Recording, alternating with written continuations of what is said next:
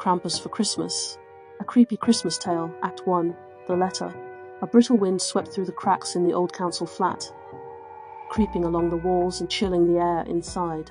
Liam sat huddled on the peeling windowsill, staring out at the grey street below. Snow flurried lightly under the orange glow of the flickering streetlights, settling over the grime of the pavement and softening the sharp edges of the broken fence outside. From this height, the world looked almost peaceful, quiet, but the peace was an illusion. The walls behind Liam trembled with the force of raised voices. His father's coarse baritone roared with anger, slurred and volatile, while his mother's shriller tones cut in like a desperate counterattack. The rhythm of their argument was punctuated by the crash of something heavy being thrown, followed by the sound of breaking glass. Liam clenched his knees to his chest, feeling the vibrations through the thin wood beneath him.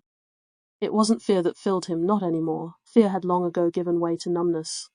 He sighed and looked down at the street again, watching as a man bundled in a too-thin coat hurried past.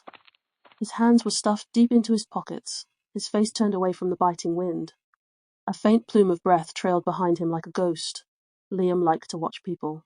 From this spot, it felt like he was invisible, separate from the world below. He could imagine stories about the strangers who passed through his view, where they were going, what lives they lived. He envied them, even the hurried man in the coat. They all seemed to have something, some purpose or destination, something Liam didn't have.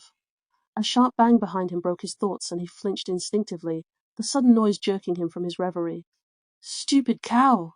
That's the last of it!" his father bellowed from the next room. The words were slurred but thick with rage. "You think I care?" his mother shot back, her voice trembling. "You're the one who spends it all. I can't make money appear out of thin air." Liam pressed his forehead against the cold glass, wishing he could block out the noise. He closed his eyes and focused on the chill biting into his skin, letting it anchor him. This was Christmas Eve, he realized. Somehow, that made it worse. He thought back to last year. The details were hazy. He'd been younger then, not quite as worn down by the routine. His parents had been fighting that night too, but he'd clung to a faint hope, imagining that maybe, just maybe, Christmas would make them different. He'd hung an old sock on the radiator, pretending it was a stocking, and fallen asleep dreaming of sweets or toys. When he'd woken up, the sock had been burnt from the heat, and his father had laughed at him for even trying. This year, Liam hadn't bothered. There was no point pretending. Behind him, the shouting continued, louder now, like a storm gaining momentum. He stood and moved carefully away from the window, his feet silent on the threadbare carpet. His room was small and bare, with peeling wallpaper that had once been blue. A sagging mattress sat in the corner, covered by an old blanket that smelled faintly of damp. A rickety table stood by the wall, its surface scratched and stained. Liam sat down at the table, his breath misting faintly in the freezing air. He pulled open the small drawer, searching through its meagre contents, a few stubby pencils, some scraps of paper, and an eraser that had long since gone hard. His fingers closed around a folded piece of paper, slightly yellowed with age. He spread it out carefully on the table, smoothing the creases. This was his last piece of paper. He'd been saving it for something important, though he wasn't quite sure what. Now, as he stared at its blank surface, he felt the weight of the moment pressing down on him. He picked up one of the pencils, its tip dull but still usable, and gripped it tightly in his hand.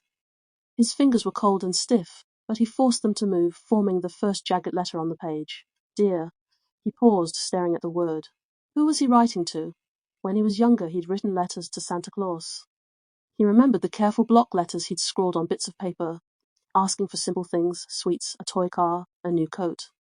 He'd never gotten a reply, of course, but he'd believed in the magic back then.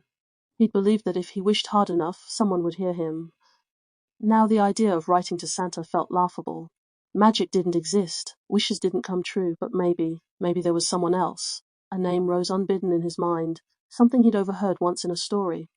A dark counterpart to Santa, the shadow that followed behind the sleigh. Krampus. The word felt heavy and strange as he wrote it, the pencil pressing deep grooves into the paper. He didn't know much about Krampus, just that he was meant to punish the bad and take away the wicked. Was that what he wanted? To be taken away, Liam swallowed hard, his throat dry. The shouting from the other room had turned into muffled sobs now, his mother's voice breaking into hiccuping gasps. He felt a pang of something, not quite pity, but not anger either. It was like looking at someone drowning and knowing you couldn't save them. His hand moved on its own, the words spilling onto the page. Dear Krampus, I don't want anything for Christmas. I just want to leave. Please take me away from here. I don't care where, I don't care how. Just take me. The pencil trembled in his hand as he finished. He stared at the words, feeling a strange mix of relief and fear. It was done. He folded the letter carefully and placed it in the center of the table. For a moment he hesitated, wondering if he should hide it. But then he shook his head. His parents wouldn't notice, even if they came into his room. They never noticed anything.